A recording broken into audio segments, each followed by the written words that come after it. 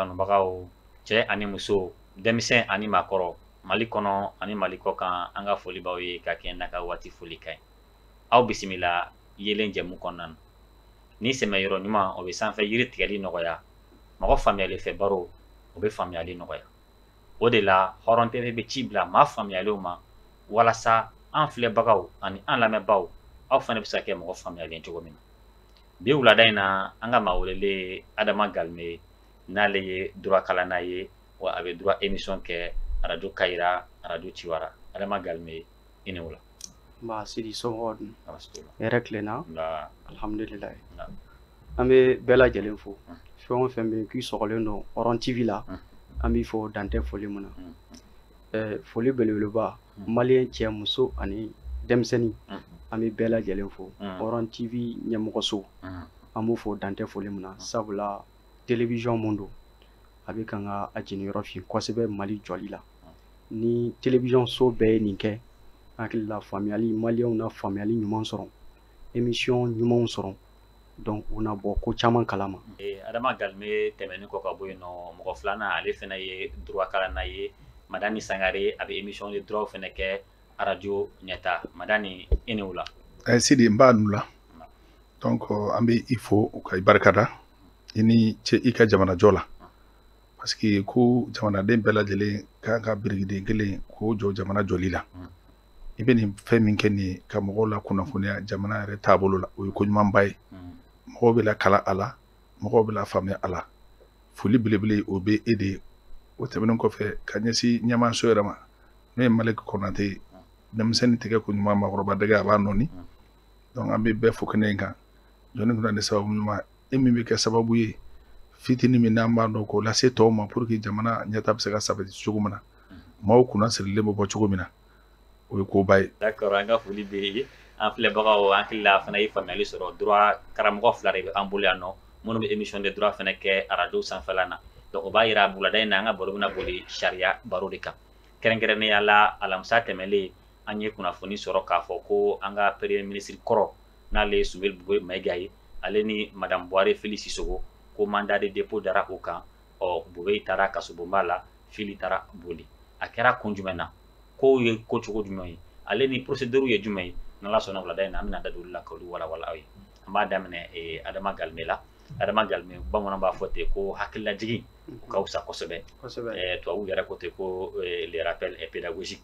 ayiwa an b'a daminɛ fɔlɔ u taara kun jumɛn na ka sɔrɔ mandat de dépôt yɛrɛ dar'u kan kun jumɛn na affaire jumɛn de don ok merci bien i ka nin ɲininkali ɲumanba de don sabula yanni k'i da don babu la babu yɛrɛ f'i ka bugu latigɛ o de ka fisa n'o kɛra mɔgɔw n'a faamuyali caman sɔrɔ i ko mun de kɛra ni Bugoye ni ministre kɔrɔ don ni secrétaire général kɔrɔ don présidence la ni premier ministre kɔrɔ don mun y'ale lase kaso la ani a kelen tɛ Fili madame Buhari Fili Sisoko donc n'ale kun ye an ka wari bon ministre ayiwa wagatinin dɔ ni maliyɛnw b'a kalama i bɛ ka nalen fanga la donc ko ka avion san n'an ka avion o ye pankuru ye donc ni o san cogo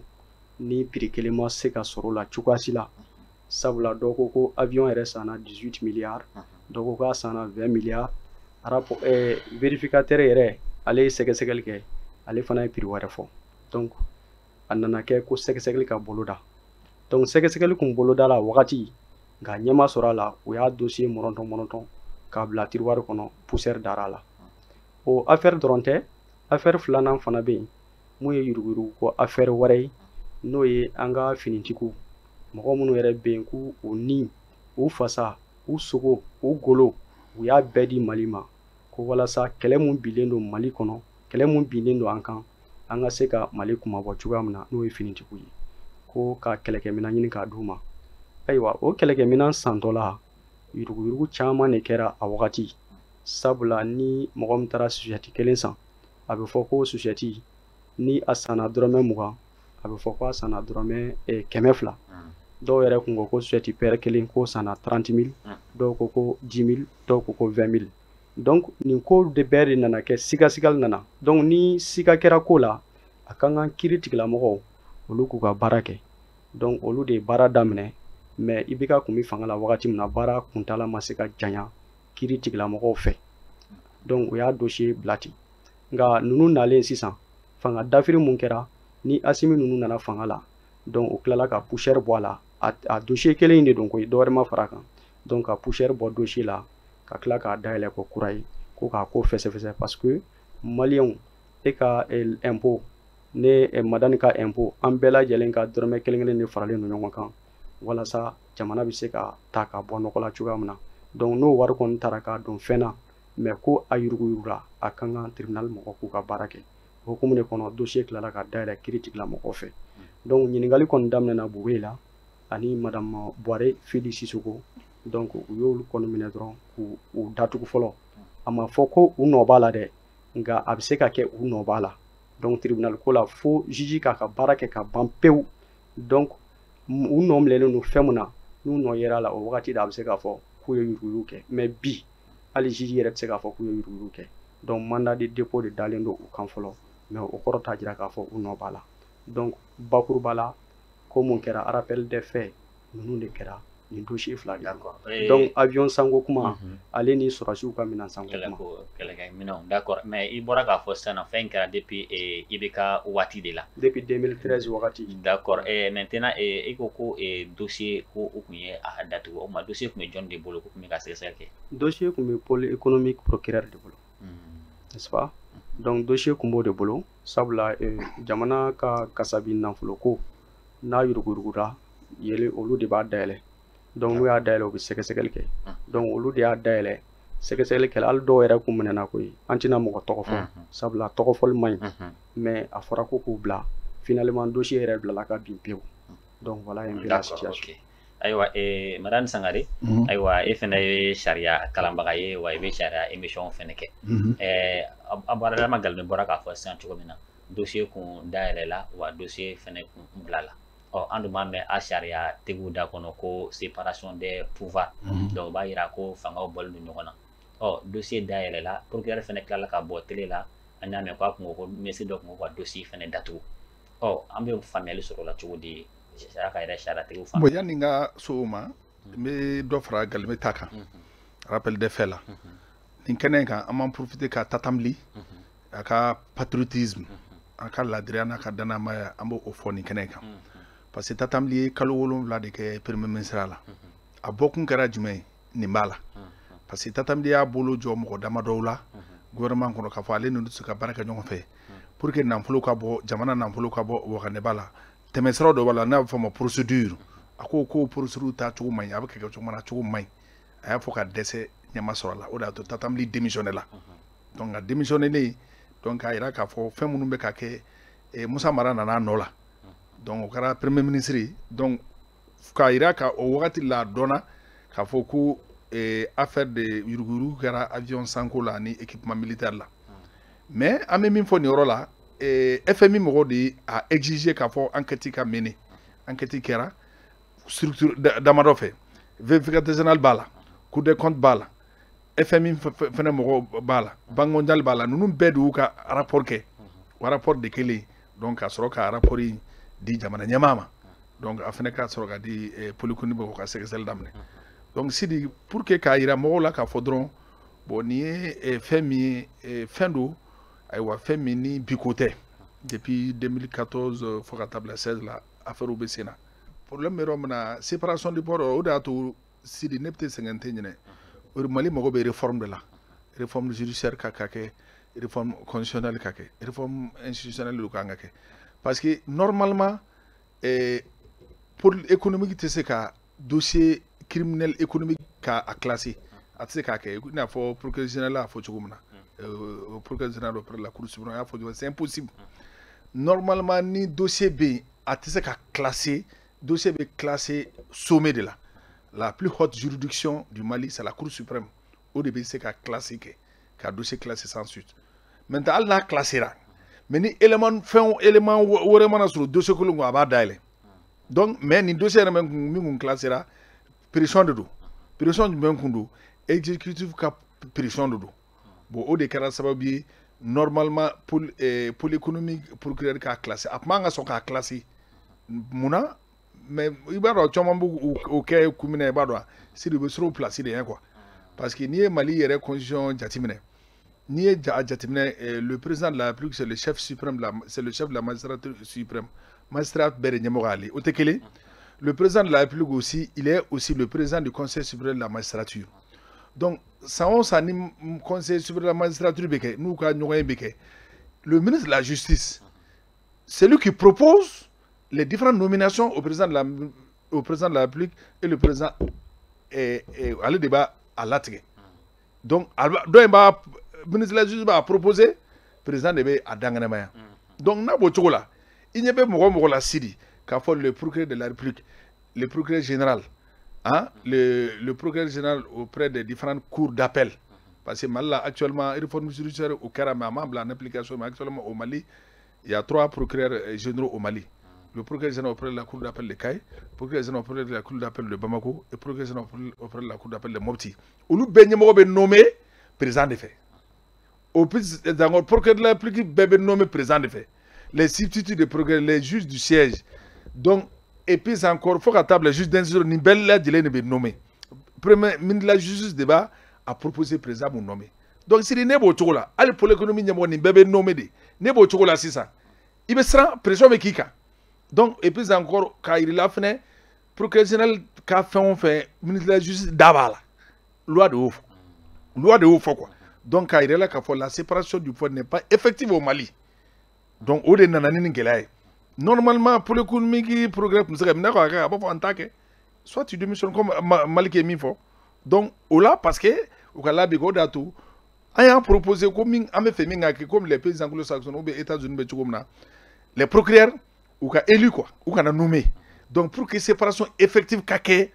pour que en leur sein même, ou qu'a élection kake, qui pour être procureur général, voilà les critères ou bien élu procureur de la République insulté. Mais tantôt là, la séparation du pouvoir n'est pas effective. Ametanya fait Aramagalme, il n'a pas que dit sanasani beni aboul sera de dos. Akil la fene sharia fene ni ateme siraw de do ambe affaire mina précisément comme avec ministre Kundadi oh ni ministre ko jogu ke jamana kono ko anu kan amne chugudi sharia e jume fo akola okay mbal manke iga yini ngalu saniyali no ko jogu ajabi u fana ka no parce que ni yini ngali kera kanye wajibi do jabili na kera na nyana lamen ke jama fana bi famel mi manso ministre ni président nolu ye ko ke ni sharia soso ko do ni no kanga mene donc temesira kerengerene de be mo kanga temo de fe wala sa ko nomne afamna nga ministry ya hokmu kono ibse ka fen oke munu ye sharia soso ko yi menani ga ministry ya barate talike nyokona donc ni no kanga meno la no mene chuko fana de be o fana la menna flate follow e jumay ika ministry ya barakono ni ye ko kɛ ko mun bi sariya sɔsɔ n'a fɔra i nɔ ka minɛ an ka sariya sunba ale y'o ko yɛrɛ dala ale y'o ko fɛsɛfɛsɛ ka ban sariya kisɛ 95 ale bɛ kuma o kan a ko ni minisiri ye ko dɔ kɛ ko mun bi sariya sɔsɔ ko a nɔ kan ka minɛ a bɛ bila kiiri tigilamɔgɔ minnu ka bolo kan a bɛ fɔ o de ma ko haute cour de justice haute cour de justice yɛrɛ cour jumɛn de don cour don article 96 hali sisan ni an ka sariya sunba kelen in ta a sariya kisɛ mun bɛ taa tali kɛ sariya kisɛ 96nan o ko haute cour de justice ko ale kiiri tigilamɔgɔ bɛ sugandi wasadenw de fɛ a faamuna donc n'i kɛra député ye sisan donc e bɛ se ka ye sariya juge minnu kiiri tigilamɔgɔ minnu kan ka haute cour ka baara kɛ haute cour kɔnɔ donc olu bi sugandi wasadenw de fɛ donc ni wasadenw y'olu sugandi olu bi to baara la ko fo o haute cour bi to yen fo ka taa fɔ ko wasabulon ka mandat banna a faamuna donc wasadenw dun mandat de b'u bolo 5 ans de don donc ni aw nomena sisan n'a aw taara wasadenw fɛ donc c'est durant c'est-à-dire que tous les mandats toute la législature en fait mandat kɔnɔ ayiwa a fɔra ko haute cour de b'olu juger i kɛra président ni ye ko dɔ kɛ n'a fɔra ko haute trahison de don ou bien ni crime de don ou bien ni délit de don a faamuna maintenant ko dɔw bɛ ministre bɛ se k'i to ministériya la k'o kɛ mais o ni i ka ministériya baara tɛ tali kɛ ɲɔgɔn na n'o kɛra fana i bɛ juger cogoya min na o haute cour tɛ o juger dɛ sabula an bɛ mɔgɔw hakili lajigin Yamusa Kamara ninnu olu jugera o mais haute cour ko kuma ma fɔ o a faamuna donc ko minnu kɛra olu ye ko minnu hali Faransi ministre dɔw delila ka juger mais u jugera ko min kama a ma kɛ u ka ministeriya hukumu kɔnɔ donc ni i kan ka juger i bɛ juger i n'a fɔ tɔw bɛ juger cogoya min na nka ni i nɔ bɛ minɛ i n'a fɔ n balimakɛ bɔra k'a fɔ cogoya min na procureur général auprès de la cour suprême o de bɛ siège ni ye an ka sariya kisɛ dɔ bɛ yen procédure pénale n'i y'o ta k'a jate minɛ sariya kisɛ kɛrɛnkɛrɛnna dɔ bɛ yen n'i y'o kalan ka ɲɛ i b'a faamuya o ko cogo di ko ni ministre ye ko dɔ kɛ mun na n'a ka ministeriya tɛ tali kɛ ɲɔgɔn na a ka ministeriya baara tɛ tali kɛ ɲɔgɔn na ko dossier bɛ ta ka fɛn de sɛgɛrɛ procureur général auprès de la cour suprême donc n'o ye dossier sɔrɔ o de bɛ procureur dɔ lajɛ sisan k'a di a ma a ye karisa nɔ minɛ donc o de ye procédure normale ye donc o ye fɛn mun ni ministre n'a ka baara ni ministre ka baara tɛ tali kɛ ɲɔgɔn na donc fɛn fila de don ministre ye ko dɔ kɛ a ka baara hukumu kɔnɔ a ka ministeriya hukumu kɔnɔ c'est la haute cour de justice qui est compétente pour juger le ministre là o yɛrɛ a tɛ juger ten fo député fana ka sɔn a ma fo 2 tiers ka sɔn a ma donc la mise n'est-ce pas par exemple ka a ka responsabilité pénale engagée député de b'a ka responsabilité pénale engagée donc n'o kɛra wagati min na haute cour de justice bɛ se k'a ka baara kɛ mais tant que ni député m'a ka responsabilité engagée haute cour de justice tɛ se k'a ka baara kɛ cogoya si la donc voilà un peu sira fila mun mɔgɔ kan ka tɛmɛ mun fɛ walasa ka ministre juger ou bien président. D'accord. Yɔrɔ in na n'o haute cour de justice ta fanfɛla ye Galime yɔrɔ dɔ fɔ ne ka hakilina tɛ ne ka faamuya la ne ka faamuya tɛ kelen o la parce que n'a fɔra la haute cour de justice o ye kiiri so de ye kiiri so min ni ale bɛ président ani premier ministre fo ka taa ministre a b'u kiiri dans l'exercice de leurs fonctions kuma kɔrɔ parce que n'i y'a jateminɛ on dit que la haute cour de justice est compétente pour juger le président de la République et les ministres mis en accusation devant elle par l'Assemblée nationale pour haute trahison ou à raison des faits qualifiés de crimes ou délits commis dans l'exercice de leurs fonctions, ainsi que leurs complices en cas de complot contre la sécurité de l'État. Au courant, le président de la République, le premier ministre, le ministre, les membres du gouvernement, que nous avons mis à crime ou bien délit ou bien haute trahison ou l'exercice de leurs fonctions, wati mina ministre wati mina ou ministre parce que le moment où tu es ministre il est fait de que tu agis en tant que ministre il ka wati mina ye ministre et ka wale shit se ka bo ministre akono donc ça c'est dans l'exercice de leurs fonctions parce que exercice de leurs fonctions est mais ni kara ministre ça y est sans flakala au sans flakonna la et be fait que au bel adjembe jatimne et que exercice d'abord exercice le moment où tu exerces la fonction ministre mais au coroté kafoko ika ministère barado au terrain l'exercice de sa fonction si tu es le président de la République tout à qui tu fais tu agis en tant que président parce qu'à partir de ce test tu es une personne publique donc maintenant au rodo maintenant au la ça il m'a fait que ni be kiri et flado ya fama donc oro la me oro nga famille me oro maintenant parce que les explication minke ça dit ibe wale minke ika ministre bara konna la ni wale do bi ministère la c'est ça i to ministère la i mo faka yalma o bajate ika bara konna l'exercice wati be ministre quoi wati mina ye ministre o konna la bon i mo faka minke o be kelen ko alni ma mo faka parce que ministre o kum konna bara kolonta la o ne albe kam nan trop sera fait la l'exercice de barakolonté a ben demandé ou fali tala deli tra foi tala bo konna la ni delike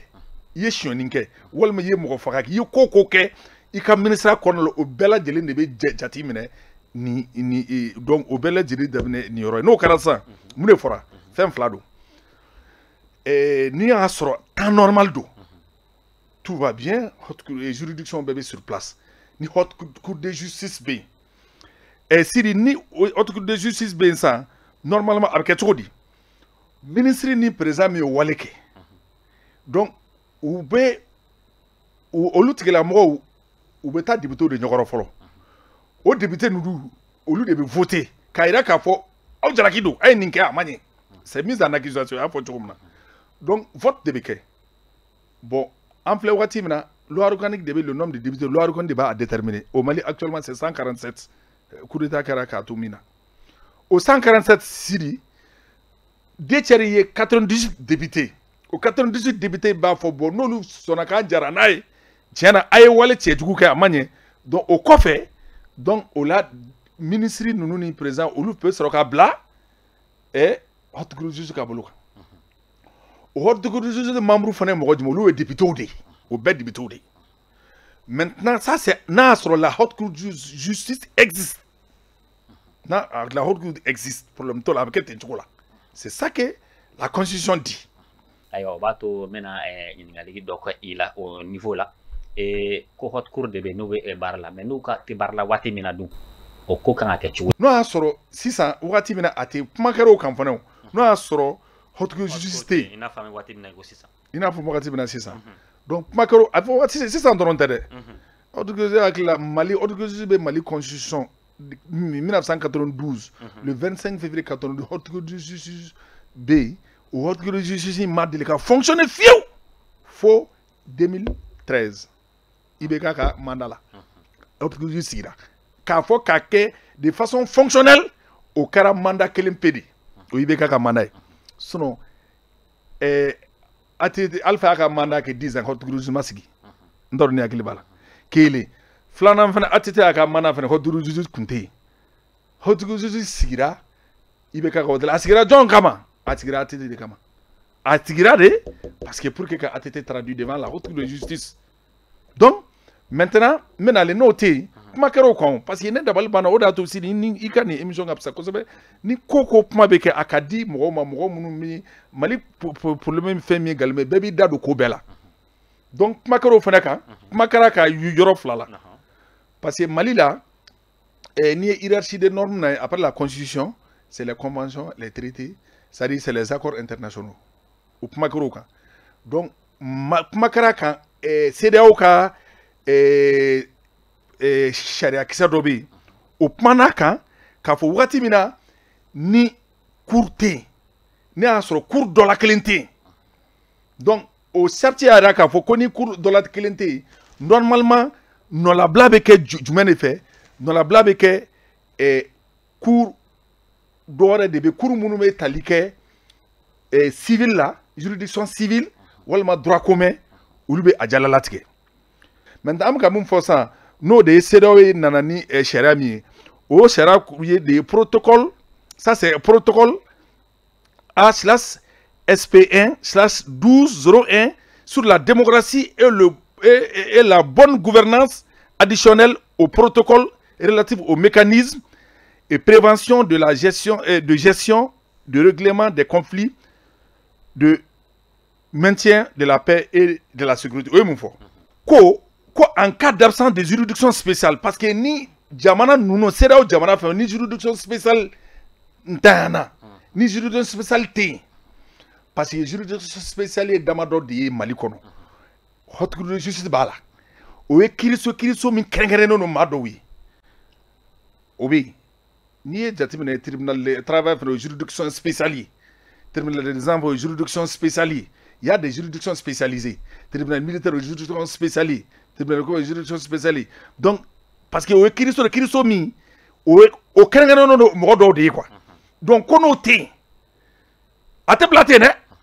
parce que déni de justice tɛ yen CEDEAO ko ale ka jamana bɛ n'o ye jamana 17 ɲɔgɔnna ye o jamana ninnu k'a ɲini u fɛ a tɛ to ten dɛ nka fanga min bɛ o juridiction spéciale la dɛ k'o fanga o fanga ka di c'est-à-dire organe judiciaire de droit civilement ou bien commun droit commun o bɛ tali kɛ sisan cour suprême de la section judiciaire donc maintenant tout est le terme est très clair. Ni haute cour tɛ yen merci donc cour suprême bɛ se ka o ka baara kɛ merci ni ne b'o yira o de y'a to mais caman de kumana k'a sɔrɔ nin yɔrɔnin u ɲinɛna nin yɔrɔ kɔ n bɛ a segin a fɔ kun u k'a sɛgɛsɛgɛ mɔgɔw ka taa lajɛ antenne na kuma don diɲɛ bɛɛ tulo b'i kan na mais si an bɛ min fara o kan mɔgɔw k'a faamu 2016 Mali yɛrɛ kɔnɔ i ka dɔn k'a fɔ code procédure pénale fɛnɛ modifiera pour prendre en compte les dispositions du protocole additionnel. Yo en compte. Au fond, code procédure pénale kono. Donc ni moko ye à lecture ke ou ba ye. Si di oe article 206. Article 206 oe mon fo. Article 206 ko aywa ko ni moko ko ni en matière criminelle correctionnelle de police, la chambre criminelle de la Cour suprême peut dessaisir toute juridiction d'instruction ou de jugement et renvoyer la connaissance de l'affaire à une autre juridiction de même ordre, soit si la juridiction normalement compétente ne peut être légalement composée, ou si le cours de la justice se trouve interrompu, soit pour cause de suspicion légitime ou de sûreté publique. Donc, au point qu'on a ni bekli, ko donc koni juridiction munumbe ni aux juridictions do ntanate ate totone. Donc, mais fanga nous akanga composé mais amaseka siki anyama donc ikaron ka foko fanga bedi mima ofora odeye cour suprême section judiciaire, le terme est très clair. Donc, protocole additionnel est mis fort. En 2012, Mali Code procédure pénale article 206 fait appuyé. Donc, c'est pour faire comprendre l'opinion nationale et internationale. Et procureur général de la Cour suprême fait mis fort. Akara Kisekan, sans compter la jurisprudence que le Mali a connue en 1980. D'accord, ok. Maintenant, j'ai fait Adama Galmé. Et on va faire une procédure niée. Voilà, haute cour de Kanga ministre. Allez ni premier ministre juge. Mais maintenant, ni haute cour non. Procédure qui a gâché aujourd'hui. Spécialement, quand kuma kanika, ni oye mandat de dépôt contre Soumilou Boy Mayala ni fili. Anya ye maïsara wéré gansan folie no nyonko akola. Oh, et quand j'ai terminé jume procédure quoi. Yani anga tanye qui gagne ni ngali jabi. Je crois que ya ko ka bi fait ka nga kuma sonji la yorodo. Mais en même temps, je crois que à son adila, mais à son adila kanye. Anti anka débake. Ambi anka malion la famille parce que ara koko pela jelen club ankana. Ango ministry na ye koke aka ministry akono. Ni kojugudu na no kanga mine. Maintenant ango sira flado. Wale do be se ka ke me obi ka ministry a hokumu kono. Ni no kanga mine ho haute cour de justice dans l'exercice de tes fonctions et en dehors de l'exercice de tes fonctions. Mais il est ministériel. Parce que ne veut dalul dit le code de procédure pénale d'État. L'article 614 du code de procédure pénale est très clair à ce sujet. Donc 614 est très clair. Lorsqu'un membre du gouvernement ou toute personnalité, on dit un membre du gouvernement, le ministre est un membre du gouvernement, ou toute personnalité ayant rang de ministre, un membre de la Cour suprême ou de la Cour constitutionnelle, un haut commissaire, un magistrat de l'ordre judiciaire ou de l'ordre administratif est susceptible d'être inculpé d'un crime ou d'un délit commis hors l'exercice de ses fonctions. Le procureur général compétent ou le magistrat qui les remplace réunit les éléments d'enquête et présente sans délai le dossier au procureur général près la Cour suprême qui reçoit compétence pour exercer l'action publique. Donc, il y a des cas mais moun par exemple amakiga ministère era kono ye ministère mais ye ko munke anika ministère barati talikenyo afamana donc tabolo flade do ibise gi to ministère la ka kodo ke ka mogo faga anika ministère ti nyonga nyesira la donc ni no kanga mine c'est pas la haute cour de justice qui est compétente afamana donc oye o blasirali nan temena ka boy iye nyingali mu fo ni haute cour te ango haute cour de ministre du juge mais ni haute cour te na famle kamina ni sa ay may saraw rek gasam ka nyongo so akola oh ame fait e ka akilna di ni haute cour te akuka na tat sara me fait maintenant ni haute cour te je crois que ayo nyingali jabi là bravo à lui parce que ni yorom ye tien il faut en toute honnêteté il faut dire que vraiment ça c'est clair et net parce que mo gomo no mi kan ngaje mɔgɔ dɔw bɛ olu ye droit kalan u b'a dɔn an bɛ kan ka mun fɔ a bɛ kisɛ kan c'est-à-dire kiiri ye ko dɔ ye kiiri man ka jɔ parce que ko tribunal kiiribulon dɔ tanyana kiiri tɛ se ka jɔ o ko la cogoya si parce que dans un état fonctionnement kan ka kɛ a mana kɛ domaine o domaine ye a domaine baara man ka jɔ parce que kiiribulon dɔ tɛ yen donc n'a tɛ yen sisan i ye ɲininkali kɛ ko jumɛn de kan ka kɛ jɔn de kan ka dossier ta en charge n hakili la c'est la cour suprême o de kan ka parce que a ye CEDEAO mɔgɔw ka kuma mun fɔ yen n b'a sɔn ji la kosɛbɛ c'est la cour suprême section judiciaire olu bɛ affaire ta ka élément d'enquête réuni donc ka compétence di cour mun ma an b'o fɔ o ma ko cour d'assises olu bɛna jugement rendre c'est comme ça que ça doit se passer voilà. Ok, ami fo Adama Galme ikani wala la kosebe. Maran Sangare amta ɲɛfɛ sisan an bɛ cas min na spécialement an bɛ to ka kɔnɔna na. Ça veut dire que cour suprême bɛ a ka rôle kɔnɔ a ye min kɛ procédure respectée la yen nɔ a ma violé. Merci. Donc mais hakilina y'o ye. Mais jaabi dɔ ni hakilina y'o ye quoi procédure respectée a ma violé. Et pourquoi maintenant a danna Bubé ni Fili dɔrɔn alors que affaire in a bɛ n'a fɔ a man ka da olu fila dɔrɔn. Si la haute justice n'existe pas obligatoirement donc a bɛ transférer cour suprême ka niveau là au bané bon am ta niveau menace et mi fo san ka fo ko concernant Adam nana mɔgɔ fila mun na non parce que si ni ye jateminɛ kɛ dossier là juridiquement institution na jibi do ko la don non de mɔgɔ minnu interpellé la fɔlɔ ça dit a ma fo ya kɛ o comme Galme mi fɔ parce que la constitution est très claire l'article 6 de la constitution est très claire. On dit que tout prévenu est présumé innocent jusqu'à ce que sa culpabilité soit prouvée par la juridiction compétente. Donc, on note follow.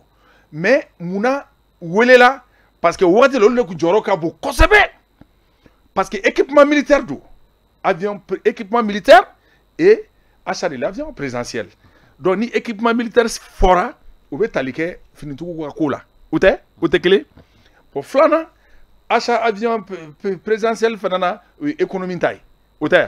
Donc, il va y avoir Mouna, ministre de la Défense, Soumele Bouemaga était ministre de la Défense. Oui. Donc, au corps équipement militaire là, donc à Tétana, aller ou maintenant les Kasraï. À faire avion présidentiel, Fenana, ou Filitaï. Bon, qu'est-ce que ça soit équipement militaire, qu'est-ce que ça soit avion présidentiel, niveau financier codé. Donc, tu verras que la responsabilité du ministre de la Finances et ministre de la Défense est engagé au cas de son cas pour une bataille. Donc nous même le président de la République, parce qu'il faut comprendre que ni shit se kake ni bébé président au commun de kono. Et c'est qu'à faut aussi que ebe ala fait et islam ebe ala fait que te Mamadou fait se kake. Donc ni Ola président ka weleli président le en son temps au kalamele Diakoué interpellation Diakoué kili ministre munu fane dabala parce que Diakoué te bedaka kala o il va sur gouvernement ka bon mais il va sur et pour avoir la tatamli ko premier mais tatamli data là Moussa Mara ko premier ministre il be se ka wele kilame mais est-ce que il impliqué le nola ou impliqué l'entala maintenant justice mo munu rapport be et pour que be qui base rapport de kan parce que vérifie mo ka fam vérificateur général ka rapporté ay ne ma fa fora ya e fola kuma be ne est-ce qu'il y a rapport ya kuma be romna ne na me antenne là donc be nyeba be club kana donc rapport be vérificateur de nyekun ko la ika nyini ka rapport yi en tout cas on même donc quand même vérificateur général ka rapport vérificateur général te organe de répression te mais aller be contrôle de donc après ni madje be donc avec ta juridiction de là maintenant cour suprême ba la justice bon mo mënu to cité len wala mo mënu implication bala lu de bi woli sinon gouvernement mo ko meta à peu près bisaba ñoko na mais bété wolé mo do di bala mënu bala affaire de do donc jusqu'à preuve de contraire affaire de dalena donc ne ka yetoko la mënu implique mënu wolé la folo o ye responsable lu ka responsable ka bon ko sebe wolé ba ko wolé la quoi mënu wolé la priorité be lu de bodo folo ne ka famu ñoko la vi l'affaire quoi. OK d'accord am tanya fe Adama Galme aywa ko cour suprême barami kene donc buka bara sera fait donc procédure ma violé maintenant affaire to sutu yere ak ko anga ci wodi est-ce que cour suprême de jugement ka bien akobe ka ci wodi je crois que il y a une question ngali ñen jabi ka ban ngo cour d'assises de bina ke wala sa kanunu ñangi walasa ka dɔɔni fara ka kuma kan je crois que i ka nin ɲininkali an kan ka nɛn don kuma kɔrɔ walasa lamɛnnikɛ jama bɛ se ka faamuyali sɔrɔ kosɛbɛ i n'a fɔ a y'a fɔ cogoya min na ji bɛ don kɔ la dɔɔni dɔɔni sinon mɔgɔ fila dɔrɔn ma nin baara in kɛ an b'a fɔ fana u y'a kɛ koyi siga ma kɛ mɔgɔ fila dɔrɔn na terme ye o de parce que a fɔra ko siga de kɛlen don u la donc sɛgɛsɛgɛliw de bɛ sen na donc n'u mago parce que mɔgɔ caman de tɔgɔ citelen don n'u mago bɛ mɔgɔ min na u t'o wele mais sa kumaba parce que sa ye kunkolo de donc ninnu de ka responsabilité bonyana affaire in kɔnɔ ka tɛmɛ mɔgɔ tɔw ta kan sinon i n'a fɔ a y'a fɔ cogoya min na hali président yɛrɛ kan ka wele koyi ni ko kan ka kɛ a kɛcogo la président kan ka wele parce que l'article 38 an ka sariya sunba o de bɛ président yamaruya ka confiance da mɔgɔ kan n'a b'a nommé ka kɛ premier ministre ye wa confiance dara o mun kan o de bɛ mɔgɔ tɔw fana laɲini donc président bɛ sɔrɔ k'a jalatigɛ olu bɛɛ lajɛlen bɛ kɛ ministre ye a faamuna n'o tɛmɛna ka bɔ yen affaire in n'an ma a jateminɛ an bɛ se k'a fɔ ko affaire politique don plutôt que affaire judiciaire parce que affaire in munna sisan munna a bɛ dayɛlɛ sisan o ɲininkali kun kan ka jaabi n'i y'a ta k'a jateminɛ dɔgɔkun jan tɛmɛlen Sumele Buboyi Mayiga n'ale ye politicien don Asuman président de don donc ale ani a nɔfɛ mɔgɔ caman politicien caman u ye ɲɔgɔn fara ɲɔgɔn kan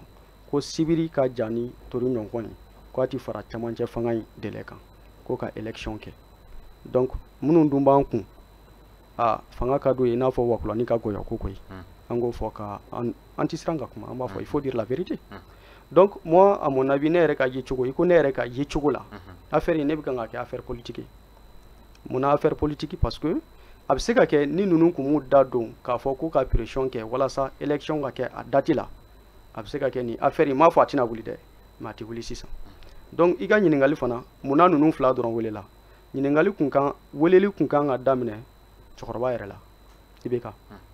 parce que ale de kun ye jamana kuntigi ye a wagati nin ko bɛɛ lajɛlen tɛ se ka kɛ cogoya si la ko président dati don a la a fɔra de ko avion sanna ko yuruguyurugu fana kɛra sɔrɔsiw ka minansanko la donc moi à mon avis affaire in bɛ kan ka kɛ affaire politique de plutôt que judiciaire Madame Sangare i yɛrɛ y'a fɔ cogo min na affaire in kɛra depuis 2014 de don mais ka se ka ko wuli sisan nin nɔ an bɛ se k'a fɔ sisan ko nin ye tare yelen bɔlen nin y'an ka kiiri bolo ka wa ou bien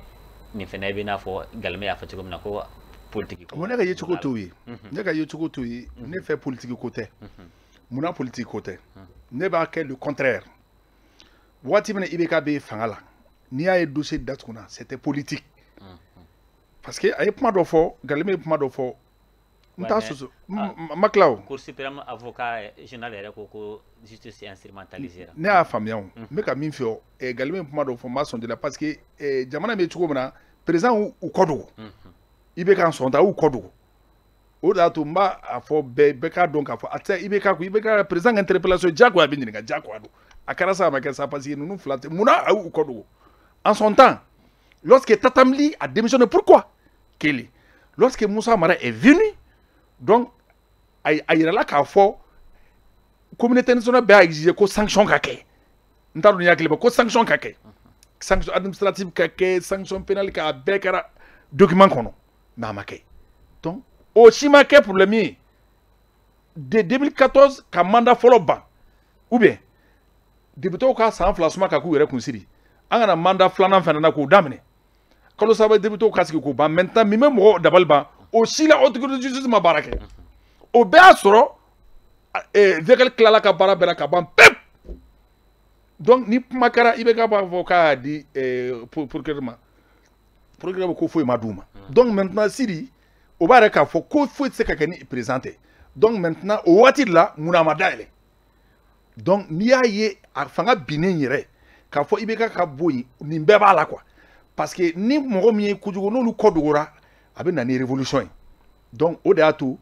ni fanga bannen minnu nana Assimi Goïta a y'a fɔ wagati min na bandɔw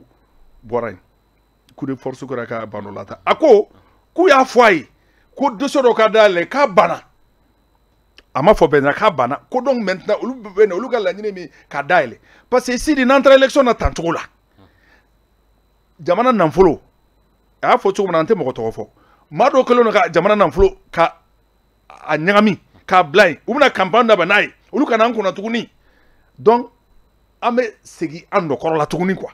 donc o de hukumu kɔnɔna ne fɛ politique tɛ mais c'est très normal parce que wagati min na la justice était instrumentalisée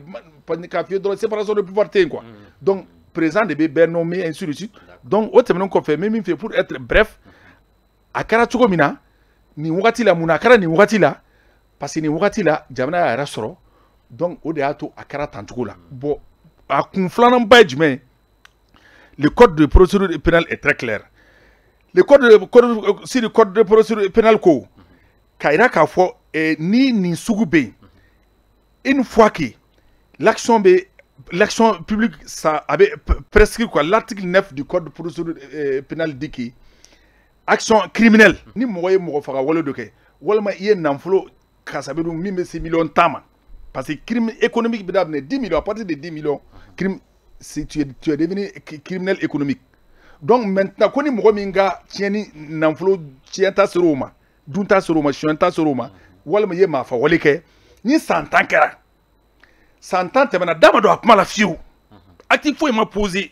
k'a da don a kuma la ni san 10 kɛra i ka action in bɛ prescription kɔrɔ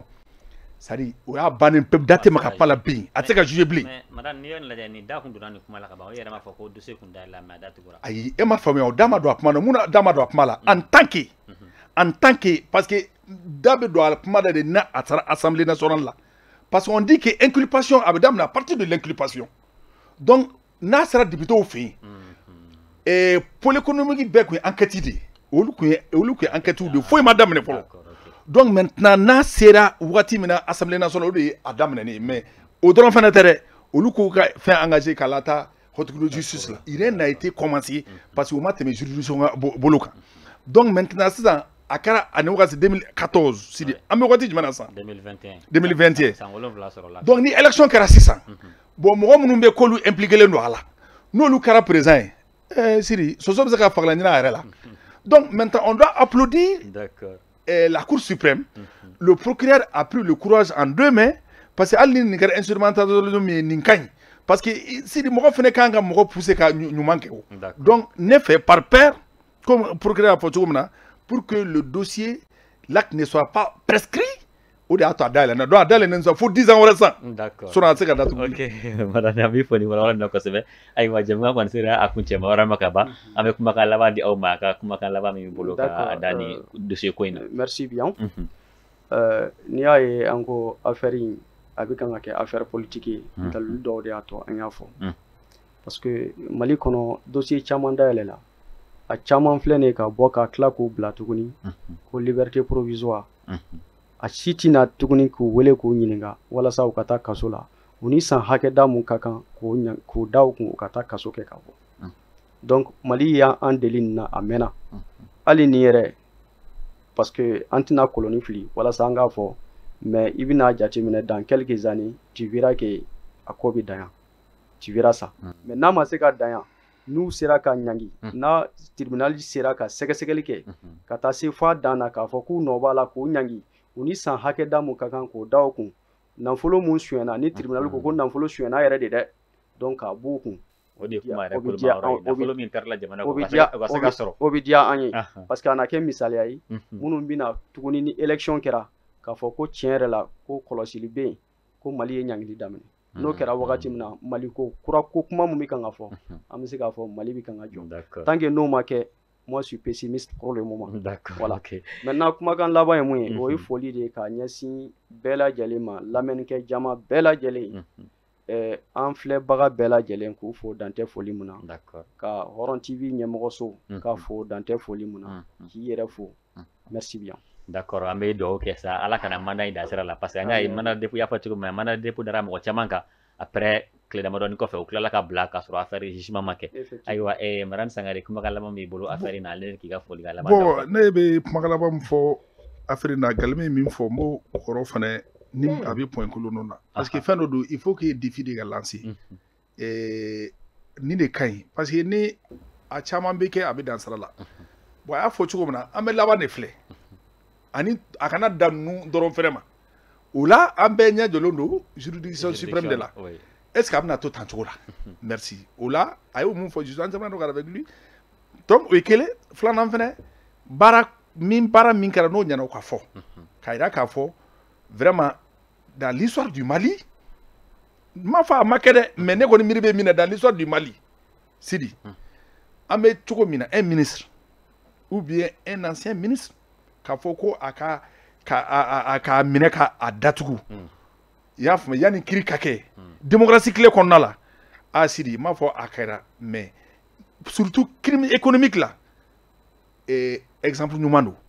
donc mais an b'a a jigiya a ka kɛ ko jidilen a ka taa ɲɛfɛ a kana dan sira la donc o tɛmɛnen kɔfɛ k'a yira an lamɛnbaga bɛɛ lajɛlen na k'a yira k'a fɔ Sidi i bɛ nin ka nin baara min kɛ baara ɲuman de don donc ko ɲumanba de don donc a bɛ kɛ sababu ye mɔgɔw bɛ bɔ jamana fɛn caman kalama mɔgɔw kunna sirilen bɛ bɔ donc k'a yira k'a fɔ an bɛ cogo min na tan ni élection kɔni kɛra Sidi tancogo la k'a sɔrɔ kow ma jɛya ni a giringirinna ka kɛ Sidi même cause produit même effet n'a a kɛra tancogo la an bɛ tila ka na daminɛ case de départ la il faut que minnu bɛ yen ni ko ɲama fɛn fɛn ɲagaminen don ka a kumabaw ɲɛnabɔ fɔlɔ an bɛ sɔn ka taa élection na sinon n'an taara la tancogo la sans la réforme an y'a fɔ c'est réforme kan ka kɛ parce que on doit faire la séparation des pouvoirs parce que n'i ye jateminɛ Mali constitution min filɛ c'est le président qui peut dissoudre l'Assemblée nationale et c'est le président qui nomme tous les les directeurs, les justice. C'est-à-dire, il y avait justice domaine du président de b'a ben nommé, cour suprême, procureur, procureur, de b'a ben nommé. Où est l'indépendance de la justice, la séparation du pouvoir? Donc, n'a ma réforme, n'a gring n'a kata tantou la, kasoro mɔgɔ minnu bɛ ni nafolo maralen b'u bolo n'o ye sɔni nafolo ye, olu kana acheter conscience kana président la tuguni, ani ni am ka système ye système min man ɲi, an tɛ taa yɔrɔ si. D'accord, ok. Oron TV tɔgɔ la an fɛnɛ ka foli de ka di aw bɛɛ lajɛlen ma ka sɔn ka na an ka wele jaabi ka mɔgɔw fɛnɛ kunnafoni o ye baara ye ma a bɛ fɔ baara min na régie la Malik Jankuma tun bɛ yen an ka foli bɛ ka se filɛbagaw bɛɛ lajɛlen ma ka laban sa ka dugawu kɛ an ka jamana ye Ala ka Mali lakana Ala ka bɛn ni kelenya sabati Mali kɔnɔ ayiwa ko affaire kana dan mana dépôt ma dɔrɔn ka tila ka u bila kɔfɛ jugement ka kɛ sen na t'a la surtout nafolo min dunna an ka nafolo ka se ka sɔrɔ ka bila kɛsu kɔnɔ a bɛ se ka kɛ sababu ye fɛn caman bɛ ɲɛ an b'a fɔ lamɛnbagaw bɛɛ lajɛlen ye wassalam.